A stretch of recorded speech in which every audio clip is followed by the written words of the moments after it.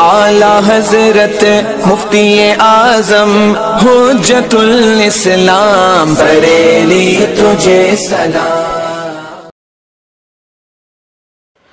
السلام علیکم ورحمۃ اللہ تعالی وبرکاتہ۔ مرکز اہل سنت جامعہ رضویہ منظر اسلام کے یوٹیوب چینل ہم سبق درس نظامی میں آپ کا خیر مقدم ہے۔ پیارے بچوں، جنہوں نے ہمارے چینل کو اب تک سبسکرائب نہیں کیا ہے وہ ضرور سبسکرائب کر لیں اور بیل آئیکن یعنی گھنٹی بھی بجا دیں تاکہ ہر ویڈیو کی نوٹیفیکیشن اطلاع آپ تک اپلوڈ کرتے ہی پہنچ جائے، اور اپنے دوستوں سے بھی شیئر کریں، اور بات پسند آئے تو لائک بھی کیا کریں، اور اپنے قلبی تاثرات کو کمنٹ کر کے بھی ضرور بتائیں۔ اب آپ کے سامنے جامعہ رضویہ منظر اسلام کے ایک اہم استاذ حضرت مولانا مفتی محمد ابراہیم صاحب قبلہ آپ کو نور الانوار کا درس دیں گے۔ آپ ان کے درس کو دھیان سے سنیں۔ بسم اللہ الرحمن الرحیم۔ ثم شرع فی بیان ان ایت حجۃ من الحجج الاربع تصلح ناسخۃ اولا۔ پھر اب یہاں سے مصنف یہ بات بیان فرماتے ہیں کہ جو چار حجتیں ہیں، کتاب اللہ، سنت، اجماع اور قیاس، تو ان چاروں میں سے کون کون سی حجت ناسخ بننے کی صلاحیت رکھتی ہے اور کون سی حجت ناسخ نہیں بن سکتی؟ تو فرماتے ہیں کہ قیاس یہ ناسخ نہیں بن سکتا۔ قیاس نہ کتاب اللہ کے لیے یہ ناسخ ہو سکتا ہے، نہ سنت رسول کے لیے، اور نہ اجماع امت کے لیے۔ تو قیاس اپنے سے اوپر کی تینوں دلیلوں میں سے کسی کے لیے بھی ناسخ نہیں بن سکتا، اس لیے کہ صحابہ کرام نے رائے پر عمل کرنے کو ترک کیا ہے کتاب اللہ سنت کی وجہ سے، یعنی سنت پر عمل کیا ہے، رائے پر نہیں۔ کتاب اللہ پر عمل کیا ہے، رائے اور قیاس پر نہیں۔ حضرت علی رضی اللہ تعالی عنہ نے ارشاد فرمایا، لو کان الدین بالرائے لکان باطن الخف اولا بالمسح من ظاہرہ۔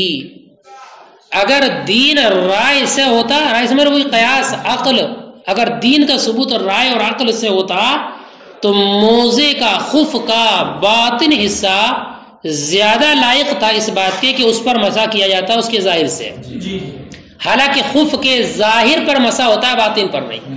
جبکہ انسان اگر خف پہنے اور جب زمین پر چلے گا تو اگر نجاست، گندگی، دھول، مٹی جو بھی لگے گی نیچے لگے گی، نہ کے اوپر۔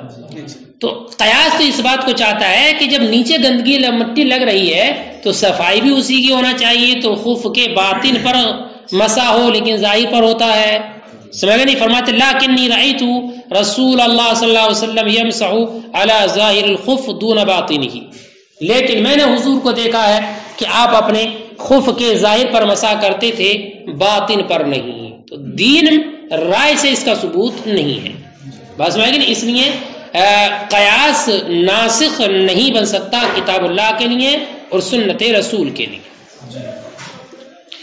ایسے ہی اجماع کے لیے بھی ناسخ نہیں ہو سکتا، قیاس اجماع کے لیے بھی ناسخ نہیں بنے گا۔ سمجھ میں آد نہیں؟ کیوں؟ اس لیے کہ اجماع بھی کتاب و سنت کے معنی میں ہی ہے۔ کیا معنی؟ یعنی قطعی ہونے کے اعتبار سے یہ بھی اسی کے معنی میں ہے، لہذا جیسے اس کے لیے ناسخ نہیں ایسے ہی اجماع کے لیے بھی ناسخ نہیں۔ اب رہا یہ کہ قیاس دوسرے قیاس کے لیے ناسخ ہوگا یا نہیں، ایک قیاس دوسرے قیاس کے لیے ناسخ ہوگا یا نہیں؟ فرماتے ہیں قیاس کا ناسخ نہ ہونا دوسرے قیاس کے لیے یہ بھی درست نہیں ہے۔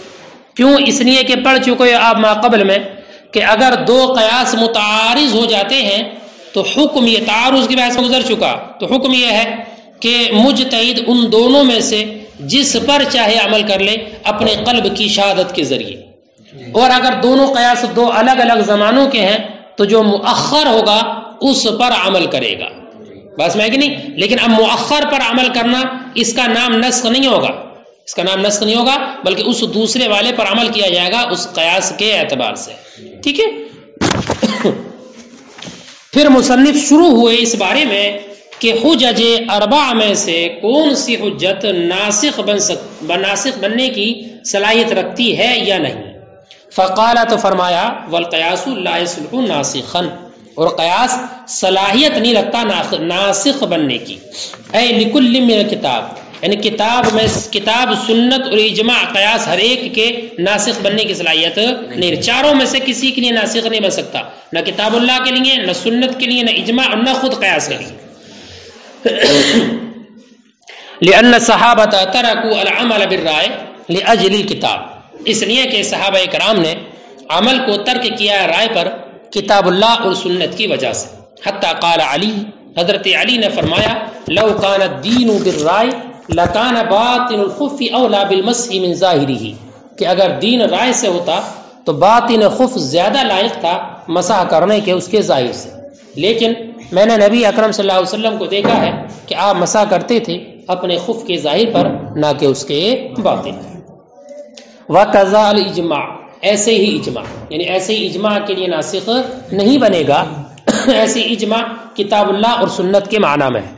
وَأَمَّا عَدَمُ كَوْنِ الْقِيَاسِ نَاسِخًا لِلْقِيَاسِ، اور رہا قیاس کا قیاس کے لیے ناسخ نہ ہونا، فَلِأَنَّ الْقِيَاسَيْنِ إِذَا تَعَارَضَا فِي زَمَانٍ وَاحِدٍ، تو اس لیے کہ جب دو قیاس متعارض ہوں ایک زمانے میں، یعمل المجتہد بأیہما شاء بشہادت قلبہ، تو عمل کرے گا مجتہد دونوں میں سے جس پر چاہے اپنے دل کی شہادت سے۔ وَإِنْ كَانَا فِي زَمَانَيْنِ، اور اگر وہ دونوں قیاس دو زمانوں کے ہوں، یعمل المجتہد بآخر القیاس، تو عمل کرے گا مجتہد دوسرے قیاس پر، المرجوع الیہ، جو مرجوع الیہ ہے۔ ولیکن لا یسمى ذلك نصا فی الاصطلاح، لیکن اصطلاح فقہا میں، اصطلاح اصول میں اس کا نام قیاس نسخ نہیں ہوتا۔ وکان ابن شریح من اصحاب الشافعی، اور اصحاب شوافع میں سے ابن شریح یجوز نسخ الکتاب والسنہ بالرائے، انہوں نے جائز قرار دیا ہے کتاب اللہ اور سنت کے نسخ کو رائے سے، یعنی ابن شریح نے جو اصحاب شوافع میں سے ہیں یہ کہتے ہیں کہ کتاب اللہ منسوخ ہو سکتی ہے رائے سے، ایسی سنت منسوخ ہو سکتی ہے رائے سے، انہوں نے یہ کہا۔ والانماتی منہ، اور انماتی جو ہیں انہی میں سے یجوز نسخ الکتاب قیاسی مستخرج منہ، انہوں نے جائز قرار دیا ہے کتاب اللہ کے نسخ کو ایسے قیاس سے جو قیاس کے مستخرج ہو کتاب اللہ سے، پڑھا شروع کتاب میں کہ ایسا قیاس جس کی علت مستنبت ہو کتاب اللہ سے، انہوں نے یہ کہا ہے کہ اگر وہ قیاس ایسا ہے جس کی علت مستنبت ہے کتاب اللہ سے، اس کے ذریعے کتاب اللہ منسوخ ہو سکتی ہے، لیکن صحیح بیٹا یہی ہے کہ قیاس کسی بھی حجت کے لیے ناسخ نہیں بن سکتا ہے، ٹھیک ہے۔ وقد الاجماع عند الجمہور، ایسے ہی اجماع کیا؟ اجماع اپنے سے اوپر والی دو دلیلوں کے لیے ناسخ نہیں بن سکتا، اجماع کے ذریعے کتاب اللہ منسوخ نہیں ہو سکتی، اجماع کے ذریعے سنت رسول کا نسخ جائز نہیں ہے، بس میں کہ نہیں؟ تو کیوں نہیں جائز یہ دلیل سنو، فرماتے اس لیے کہ اجماع کہتے ہیں اجتماع آرا کو، آرا رائے کی جمع، رائےوں کا جمع ہونا یہی تو اجماع ہے، کہ مختلف لوگ، مختلف علماء جو مجتہد ہیں ایک زمانے کی کسی ایک مسئلے پر متفق ہو جائیں تو ان کی رائے کا جمع ہو جانا کسی ایک مسئلے پر، یہی تو اجماع ہے، یہی تو اجماع ہے۔ اور اجماع کے ذریعے یا یوں کہہ لو رائے کے ذریعے کسی چیز کے حسن کی انتہا معلوم نہیں ہو سکتی، کوئی چیز حسن ہے اور یہ حسن اس میں کب تک رہے گا یہ بات رائے اور قیاس سے معلوم نہیں ہو سکتی، بس میں ہے کہ نہیں؟ جب رائے سے اس شے کے حسن کی انتہا معلوم نہیں ہو سکتی تو یہ اس کے لیے ناسخ کیسے بن سکتی ہے؟ نسخ تو تبھی ہوگا جب اس چیز میں حسن نہ رہے، اور حسن نہ رہا یہ کیسے معلوم ہوگا؟ رائے سے معلوم ہو نہیں سکتا، اس لیے اجماع یہ ناسخ نہیں بنے گا۔ امام فخر الاسلام رضی اللہ تعالیٰ عنہ نے یہ کہا ہے کہ اجماع کے لیے ناسخ بن سکتا ہے، یعنی قیاس کے لیے تو ناسخ نہیں بن سکتا، لیکن ایک اجماع دوسرے اجماع کے لیے ناسخ بن سکتا ہے۔ لیکن مصنف نے اس کی تعبیر یہ بیان کی ہے کہ شاید انہوں نے یہ مراد لیا ہے کہ ایک اجماع ہوا کسی زمانے میں ہے نا، اور کسی علت کی بنیاد پر وہ اجماع ایک زمانے کے علماء کے درمیان منعقد ہوا، زمانے کے بدلنے کے اعتبار سے اور تبدل زمانہ کی بنیاد پر مصلحت بدل گئی، ہے نا، کہ اس زمانے میں جس مصلحت اور علت کی بنیاد پر اجماع منعقد ہوا تھا اب بعد میں وہ مصلحت بدل گئی، اب بعد کے زمانے کے علماء نے علت کے بدلنے کی بنیاد پر دوسرا اجماع منعقد کر لیا۔ ارے زمانے کے بدلنے سے بیٹا مسائل بدل جاتے ہیں، احکام بدل جاتے ہیں، علتیں بدل جاتی ہیں، تو جس علت کی بنیاد پر وہ اجماع تھا وہ علت نہ رہی، اب دوسری علت پیدا ہو گئی، تو اس زمانے کے علماء نے اس بات پر اجماع کر لیا، اب یہ بعد والا جو اجماع ہے پہلے والے اجماع کے لیے ناسخ بن جائے۔ بات سمجھ گئے؟ یہ مراد۔ وَقَضَى الْإِجْمَاعُ عِنْدَ الْجُمْهُورِ، اور ایسے ہی جمہور علماء کے نزدیک اجماع ناسخ نہیں ہے، لا يصلح ناسخا لشيء من الادلہ، ادلہ میں سے کسی کے لیے ناسخ بننے کی صلاحیت نہیں رکھتا۔ کیوں؟ لأنه عبارۃ عن اجتماع الآراء، اس لیے کہ اجماع نام ہے آراء کے جمع ہونے سے، ولا يعرف بالرائے انتہاء الحسن، اور رائے سے نہیں جانا جا سکتا حسن کی انتہا۔ وقال فخر الاسلام، اور امام فخر الاسلام نے فرمایا یجوز نسخ الاجماع بالاجماع، جائز ہے اجماع کا نسخ اجماع سے، فینعقد اجماع ناسخ للاول، تو اجماع منعقد ہوگا پہلے کے لیے ناسخ بن کر۔ ٹھیک ہے، فرماتے ہیں اچھا ولعلہ اراد به، اور شاید انہوں نے مراد لیا، یعنی اس کی تفسیر کرتے ہیں امام فخر الاسلام کے قول کی، ان الاجماع يتصور ان يكون لمصلحۃ، کہ اجماع ہو سکتا ہے کہ وہ متصور ہو کسی مصلحت کی بنیاد پر، ثم تتبدل تلك المصلحہ، پھر وہ مصلحت بدل گئی، فینعقد اجماع، اجماع دوسرا منعقد ہوا جو پہلے والے کے لیے ناسخ ہو۔ وعند بعض المعتزلہ، سنو، بعض معتزلہ نے یہ کہا ہے کہ اجماع سے کتاب اللہ کا نسخ ہو سکتا ہے، بعض معتزلہ کا مذہب ہے کہ اجماع کے ذریعے کتاب اللہ منسوخ ہو سکتی ہے، اور انہوں نے دلیل یہ دی ہے کہ قرآن مقدس میں جو زکوٰۃ کے مصارف ذکر کیے ہیں نا، کتنے ہیں؟ 5، تو وہ یہ کہتے ہیں کہ مصارف زکوٰۃ میں ایک حصہ ذکر کیا ہے مؤلفۃ قلوب کا، ہے نا، قرآن میں اللہ نے ارشاد فرمایا انما الصدقات للفقراء والمساکین والعاملین، ہے نا، والعاملین علیہا والمؤلفۃ قلوبہم وفی الرقاب، ہے نا، پورا ذکر ہے بیٹا تفصیل سے، اس میں ایک حصہ ذکر کیا مؤلفۃ قلوب کا، ہے نا، رقاب ہے، انہی میں مؤلفۃ قلوب بھی ہے۔ مؤلفۃ قلوب سے مراد یہ ہے کہ ابتدائی اسلام میں جب مال غنیمت وغیرہ حاصل ہوتا تھا تو اس مال سے کچھ حصہ کافروں کو بھی دیا جاتا تھا، کافروں کو، اور اس دینے کا مقصد اور علت یہ ہوتی تھی تاکہ یہ اس مال کے ذریعے ان کے دل نرم پڑے اور یہ اس مال کی بنیاد پر اسلام قبول کر لیں، چونکہ مسلمانوں کی تعداد اس وقت میں بہت کم تھی، تو ان کے دلوں کو نرم کرنے کے لیے اور اس مقصد سے کہ یہ اسلام کے قریب ہوں، اسلام قبول کر لیں، اس لیے انہیں مال دیا جاتا تھا، انہی کو کہتے تھے مؤلفۃ قلوب۔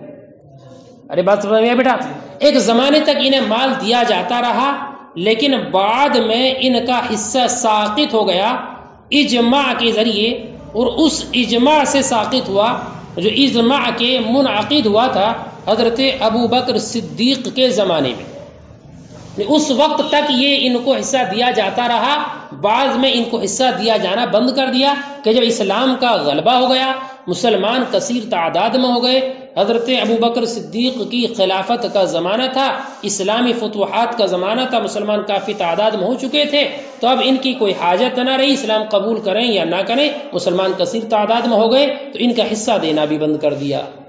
تو معتزلہ یہ کہتے ہیں کہ یہ اجماع جو منعقد ہوا تھا حضرت ابوبکر کے زمانے میں، اس اجماع کے ذریعے مؤلفۃ قلوب کا حصہ ساقط ہو گیا، تو یہ اجماع سے قرآن کا نسخ ہے، پوری آیت کا نہیں، اس ایک جز کا، مؤلفۃ قلوب کا۔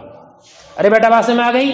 ہماری جانب سے جواب یہ ہے کہ یہ نسخ نہیں ہے، یہ نسخ نہیں ہے، اجماع کے ذریعے قرآن کی اس جز کا، اس حکم کا نسخ نہیں ہے، بلکہ یہ حکم کی انتہا ہے علت کی انتہا سے. کیا حکم کی انتہا ہے؟ علت کی انتہا سے، کہ یہ جو حکم کا ثبوت تھا ایک علت کی بنیاد پر تھا. کیا علت؟ کہ مسلمانوں کی تعداد قلیل تھی اور ان کی ضرورت تھی اس بات کی کہ یہ ایمان قبول کر لیں تاکہ اسلام کا حلقہ بڑھ جائے. جب مسلمان خود کثیر تعداد میں ہو گئے تو وہ علت باقی نہ رہی. جب علت نہ رہی تو حکم بھی نہیں رہا، حکم بھی نہیں رہا. اس لیے یہ اجماع سے نسخ نہیں ہے، بلکہ یہ علت کے ختم ہونے کی بنیاد پر حکم کا ختم ہونا ہے. بیٹا بات سمجھ آ گئی؟ اور ایک قول یہ ہے کہ یہ جو حکم منسوخ ہوا نا مؤلفت قلوب کا، یہ اجماع سے منسوخ نہیں ہے بلکہ ایک حدیث سے منسوخ ہے. ایک حدیث سے منسوخ ہے، وہ حدیث کہ جس کے راوی حضرت عمر رضی اللہ تعالی، حضرت عمر بن خطاب، انہوں نے اس حدیث کو روایت کیا حضرت ابو بکر کی خلافت کے زمانے میں. جب انہوں نے اس حدیث کو روایت کیا کہ جو اس بات پر دلالت کر رہی تھی کہ اب مؤلفت قلوب کو حصہ نہیں دینا، کافروں کو حصہ نہیں دینا ہے، اور تمام صحابہ اکرام کی موجودگی میں اس حدیث کو ذکر کیا، تو سب نے اس کی تصدیق کی اور اس حدیث کی صحت پر اجماع کیا. اس حدیث کی بنیاد پر اس حصے کو ساقط کیا گیا ہے. اب رہا یہ کہ وہ حدیث کتاب میں کہاں ملے گی، کون سی کتاب میں ملے گی؟ فرماتے وہ حدیث ملے گی کہیں نہیں، اس لیے کہ بعد میں اس حدیث کو صحابہ اکرام کے دلوں سے بھلا دیا گیا تھا. ٹھیک ہے. وَعِنْدَ بَعْضِ الْمُعْتَزِلَةِ، اور بعض معتزلہ کے نزدیک يَجُوزُ نسخ الکتاب بالاجماع، کتاب کا نسخ جائز ہے اجماع سے. لأن المؤلفة قلوبهم، اس لیے کہ مؤلفت قلوب جو مذکور ہے کتاب میں، وساقط نصیبهم من الصدقات، اور ساقط ہوا ان کا حصہ صدقات سے، اجماع کے ذریعے المنعقد فی زمان ابی بکر، وہ اجماع جو منعقد ہوا حضرت ابو بکر کے زمانے میں. قلنا، ہم نے کہا، کان ذالک من قبیل انتہاء الحکم انتہاء العلہ، یہ انتہاء حکم انتہاء علت کی قبیل سے ہے. وقیل، اور کہا گیا ہے، نسخ ذالک بحدیث رواہ عمر، یہ نسخ ہے یا نسخ ذالک، اس کو منسوخ کیا گیا اس حدیث سے جس کو روایت کیا حضرت عمر نے فی خلافت ابی بکر، حضرت ابو بکر کی خلافت کے زمانے میں. واجمعوا علی صحتہ، اور تمام صحابہ نے اس کی صحت پر اجماع کیا. ولکن نسی الحدیث من القلوب، لیکن حدیث کو ان کے دلوں سے بھلا دیا.